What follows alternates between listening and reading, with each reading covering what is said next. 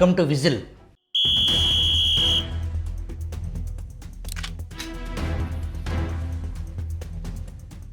ఈరోజు మనం మాట్లాడుకోబోయే సబ్జెక్టు కేవలం ఒక వ్యక్తికి సంబంధించింది కాదు, ఒక రాజకీయ వివాదం గురించి అంతకంటే కాదు. పోలీసు వ్యవస్థ, న్యాయ వ్యవస్థ, వైద్య వ్యవస్థ మూడు ఒకేసారి ప్రశ్నార్థకంగా మారిన ఒక అత్యంత గంభీరమైన కేసు గురించి.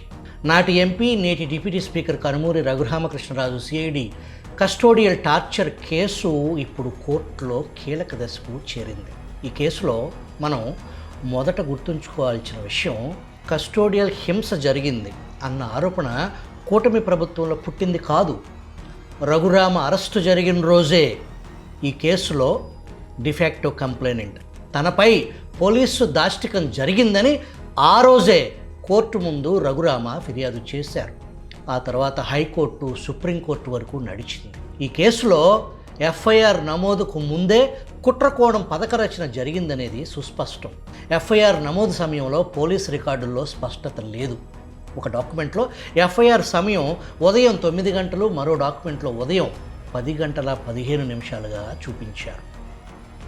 ఎఫ్ఐఆర్ నమోదు కాకముందే సిఐడి అధికారులు హైదరాబాద్ వెళ్లేందుకు సిబ్బంది, లాజిస్టిక్స్ వాహనాలు సిద్ధం చేసుకున్నారు. అంటే అరెస్టు ప్రణాళిక పక్కాగా సిద్ధం చేసుకున్నారు. ఆ రోజు రఘురామ పుట్టినరోజు. వికృత క్రూరత్వ మనస్తత్వంలో భాగంగా వారి రాజకీయ ప్రత్యర్థిని మట్టుపెట్టే పథక రచన చేశారన్నమాట. కోర్టు వ్యాఖ్య, as recorded arrest appears to have been pre planned.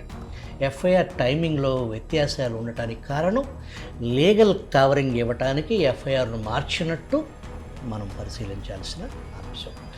Custodial torture కేసులో డాక్టర్ల సాక్ష్యం చాలా కీలకం. మరి ఆ రోజు ఏం జరిగింది, నేడు అదే డాక్టర్లు ఇచ్చిన వాంగ్మూలంలో ఏముందో తెలిస్తే మనం షాక్ అవుతాం. ప్రస్తుతం ఈ కేసులో డాక్టర్ బి రాజేంద్ర కార్డియాలజిస్ట్గా విధులు నిర్వహిస్తున్నారు. రఘురామకృష్ణరాజును నేను స్వయంగా పరీక్షించలేదు. అయినప్పటికీ ఉన్నతాధికారుల ఒత్తిడి కారణంగా ఫిట్ ఫర్ రిమాండ్ అని సర్టిఫికేట్ జారీ చేయాల్సి వచ్చింది అని డాక్టర్ రాజేంద్ర తెలియజేశారంటే పరిస్థితి తీవ్రతను అర్థం చేసుకోవచ్చు. అంటే ఎటువంటి పరీక్షలు చేయకుండానే మెడికల్ ఫిట్నెస్ సర్టిఫికేట్ ఇచ్చినట్టు అంగీకరించినట్లే కదా. మరో డాక్టర్ శ్రీహర్ష, ప్రతి డాక్టర్ తన వ్యక్తిగత అభిప్రాయం ఇవ్వాలని నేను సూచించాను, కానీ డాక్టర్ ప్రభావతి ముందే టైప్ చేసిన రిపోర్ట్పై మా సంతకాలు తీసుకున్నారని తెలియజేశారు. అంటే ఏంటి అర్థం? మెడికల్ బోర్డు సభ్యుల స్వతంత్ర అభిప్రాయాలు తీసుకోలేదన్నమాట. మరో డాక్టర్ నరసింహం, హెచ్ఓడి, ప్రతి డాక్టర్ తన స్వంత మెడికల్ అభిప్రాయం ఇవ్వాల్సి ఉండగా ఆయన ఆ సూచనను పాటించలేదు. మెడికల్ బోర్డు ప్రొసీజర్ పూర్తి స్థాయిలో ఉల్లంఘనకు పాల్పడిందనేది సుస్పష్టం. మరో డాక్టర్ కిషోర్ కుమార్, రేడియాలజిస్ట్, రఘురామకృష్ణరాజుకు సంబంధించిన ఎక్స్రేలపై ఆయన ఎలాంటి అభిప్రాయం ఇవ్వలేదంట. అంటే రేడియాలజిస్ట్ ఎక్స్రేలు చూడకుండా, ఫైండింగ్స్ లేకుండా రిపోర్ట్ తయారు చేశారన్నమాట.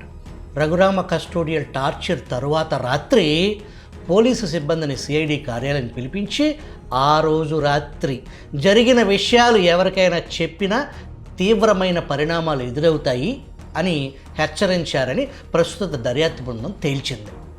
సాక్ష్యాలు బయటికి రాకుండా పెద్ద స్థాయిలో బెదిరింపులకు పాల్పడ్డారనేది సుస్పష్టం. ఈ కేసులో నిందితులపై కస్టడీ ఇంట్రాగేషన్ అవసరం ఎంతైనా ఉంది. రఘురామ కేసులో చట్టాన్ని ప్రత్యర్థులపై ఆయుధంగా మార్చి వ్యవస్థల విధ్వంసానికి పాల్పడటాన్ని ఎలా చూద్దాం? ఈ దేశ పార్లమెంటరీ సభ్యుడికి ఈ దుస్థితి కల్పించారంటే మరి సామాన్య జనం పరిస్థితి ఏంటి? ఈ కేసులో ఎవరు దోషులు, ఎవరు నిర్దోషులు అన్నది తేల్చాల్సింది కోర్టులే. కానీ పౌర సమాజం అడగాల్సిన ప్రశ్నలు, పోలీస్ స్టేషన్లో పౌరుడికి భద్రత ఉందా? చట్టాన్ని అమలు చేయాల్సిన అధికారులే చట్టాన్ని ఇంతలాగా ఉల్లంఘిస్తే పౌరులు ఎక్కడికి వెళ్ళాలి? నిజాన్ని దాచి ఫైల్స్, రిపోర్ట్స్ మసిపూసి తప్పుటి చీకటి పనులకు పాల్పడితే ప్రజాస్వామ్యం నిలబడుతుందా? ఈ కేస్ స్టడీ కేవలం కనుమూరి రఘురామకృష్ణరాజు గురించి మాత్రమే కాదు, ఇది వ్యవస్థలు నడుస్తున్న నైతికతపై ప్రశ్న.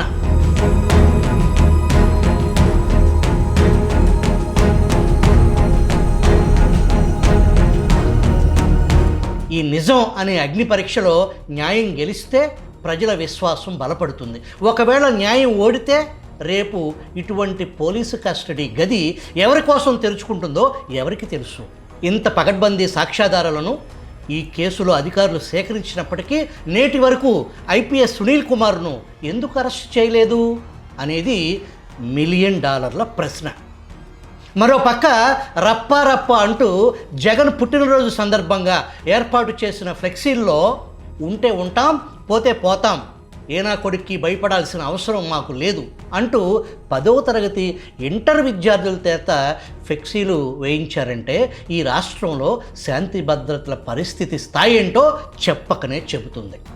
మరోపక్క 2029 ఎన్నికల్లో 88 మ్యాజిక్ ఫిగర్ దాటగానే గంగమ్మ జాతరలో వేట తలలు నరికినట్టు రప్ప నరుకుతాం ఒక్కొక్కడిని అనే వ్యాఖ్యలతో కూడిన ఫ్లెక్సీలు జగన్ బర్త్డే సందర్భంగా వెలిశాయి.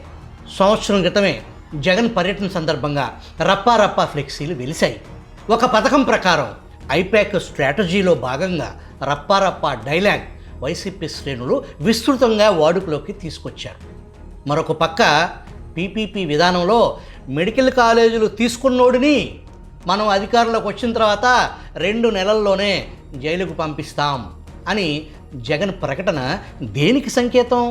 ఎన్ని రేపొద్దున మనం ఇన్ని ప్రయత్నాలు చేసిన తర్వాత కూడా ఎక్కడన్నా కూడా చంద్రబాబు నాయుడు వినకుండా దీనికి ముందుకు తీసుకొని పోతే మాత్రం ఆ తర్వాత కాలేజీలు తీసుకున్నోడిని మాత్రం మనం అధికారంలోకి వచ్చిన వెంటనే 2 నెలలు తిరగక మునిపే అందరు జైళ్ళల్లో ఉంటారు. ఆ కాలేజీలు తీసుకున్న వాళ్ళు మాత్రం. స్కాములు అనేది మదర్ ఆఫ్ ఆల్ స్కామ్స్ కింద ఇది నిరూపితమవుతుంది. పెట్టుబడిదారులు, కాంట్రాక్టర్సు, మేధావుల్లో నేటికి జగన్ భయం గూడు కట్టుకొని ఉంది. జగన్ వస్తే అనే భయాన్ని భయపెట్టకుండా మాది మంచి ప్రభుత్వం అంటే సరిపోదు.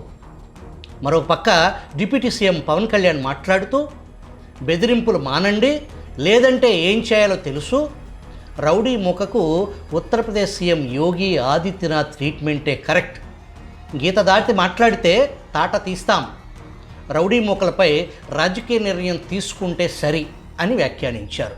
తీసుకుంటే సరి అంటే ఇంకా తీసుకోలేదన్నమాట. కూర్చొని మీరు కాంట్రాక్ట్లు వేస్తే కాంట్రాక్ట్లు చేసిన వాళ్ళందరినీ మేము బెదిరించేస్తాం, జైల్లో పెడతామంటే ఏమనుకుంటున్నారా మీరంతా? మేమేం మాటలా గుర్తుపెట్టుకోండి. అలా బెదిరించే సమూహం ఎవరైనా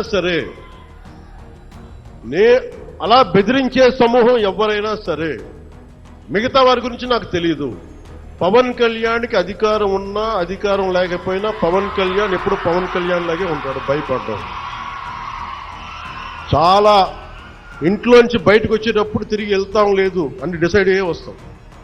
అందువల్ల మీ ఆకు రౌడీలు కానీ అలాగే చెప్తున్నారు. ఏదైనా మాట్లాడితే అధికారులు కూడా భయపడుతున్నారు. ఎందుకు భయపడుతున్నారంటే చెవుల్లో చెప్తారు, అదే సార్ వాళ్ళ వెనక చాలా మంది రౌడీలు ఉంటారండి, కిరాయి హంతకులు ఉంటారంటే, మీకు కరెక్ట్గా యోగి ఆదిత్యనాథ్ లాంటి ట్రీట్మెంట్ కనుక ఒక్కొక్కడికి ఇస్తే, ఒక్కొక్కడికి రౌడీజం అంటే కాలు కీలు తీసి మడత పెట్టి కింద కూర్చోపెడితే అప్పుడు కరెక్ట్గా చెప్తా. మరో 4 నెలల్లో కూటమి అధికారంలోకి వచ్చి 2 సంవత్సరాలు పూర్తి చేసుకుంటుంది. ఇంకా నిర్ణయం తీసుకోలేదంటే ఏంటర్థం? ఇక్కడ సుదీర్ఘకాలం పాటు తెలుగు ప్రజలను పరిపాలించిన ముఖ్యమంత్రిగా చంద్రబాబుకు సుదీర్ఘ అనుభవం ఉంది. ఆయన గత పాలనలో రాయలసీమ ఫ్యాక్షన్ భూతాన్ని ఉక్కుపాదంతో అణిచివేసిన నేపథ్యంతో పాటు విజయవాడ, గుంటూరు నగరాల్లో రౌడీ అనే పేరు చెప్పుకోవాలంటే భయపడే పరిస్థితి నుంచి ఉమ్మడి ఆంధ్రప్రదేశ్లో హైదరాబాదులో గూండాగిరి చేసే ముష్కరుల కోరలు పీకిన చరిత్ర చంద్రబాబు పాలనా దక్షతకు అద్దం పట్టే సంఘటనలు. ఇక్కడ కొత్తగా యోగి మార్కు పాలన సరైంది అని ఒక ఉప ముఖ్యమంత్రి స్థానంలో పవన్ కళ్యాణ్ వ్యాఖ్యలు ఎలా అర్థం చేసుకోవాలి? రాకాసి మోకను ఉక్కుపాదంతో అణిచివేయటం, సునీల్ కుమార్ లాంటి చట్ట ఉల్లంఘనలకు పాల్పడిన వారిని తక్షణం చట్టం ముందు నిలబెట్టకుండా కాలహరణం చేస్తూ మాది మంచి ప్రభుత్వం అని చెప్పుకుంటే అంతిమంగా నష్టపోయేది ఈ రాష్ట్ర ప్రజలు, యువత, పెట్టుబడిదారులు, ఉద్యోగులు, కార్మికులు, మహిళలు, మొత్తంగా ఆంధ్రప్రదేశ్ రాష్ట్రం అధోగతి పాలవుతుంది. అలా కాకుండా కాపాడమనే కని విని ఎరుగని అఖండ మెజారిటీతో కూటమి పార్టీలకు ప్రజలు అధికారం కట్టబెట్టారు. ప్రజల ఆకాంక్షలు నెరవేరుస్తారా, లేక పిల్లి పాలు తాగుతూ నన్నెవరు చూడటం లేదు అనుకునేలా అధికారం అనే కళ్ళద్దాలు పెట్టుకుని గ్రౌండ్ రియాలిటీకి దూరంగా పాలన సాగితే పొంచి ఉన్న ప్రళయం కళ్ళ ముందే కనిపిస్తుంది. తస్మత్ జాగ్రత్త.